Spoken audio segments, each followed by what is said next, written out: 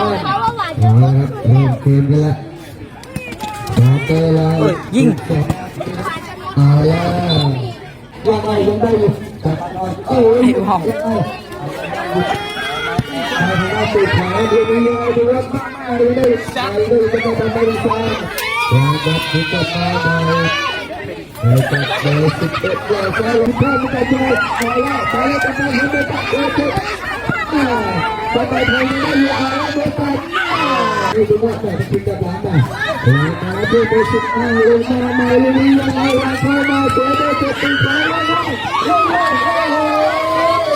อะไรจะเป็นตัวอะไรที่นี่เลยจะเป็นความไปลงมาที่โปรจะไปโอ้ยใครนะ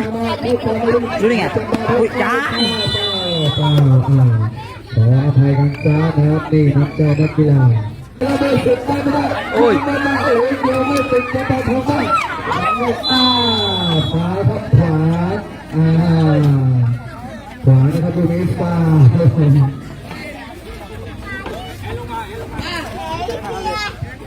เราจังหวะเราจะทำงานกับเบอร์19ไม่ได้เพื่อได้เพื่อเดินจุดตัดขาดมาเลย15เป็นไปเลยนี่อะไรก็ได้อยู่ตัดขาดไปวางมาเลยรีบชนะมาติดกันไปติดกันไปเลย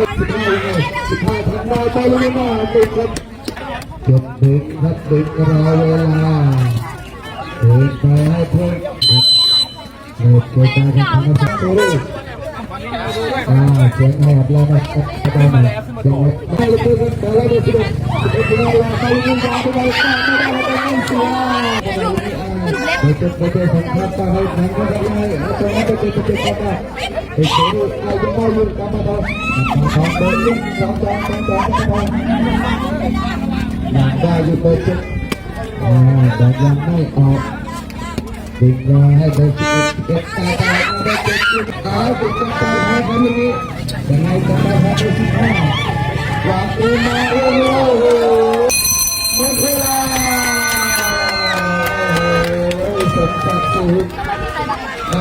นาทีบาปจริงๆครับ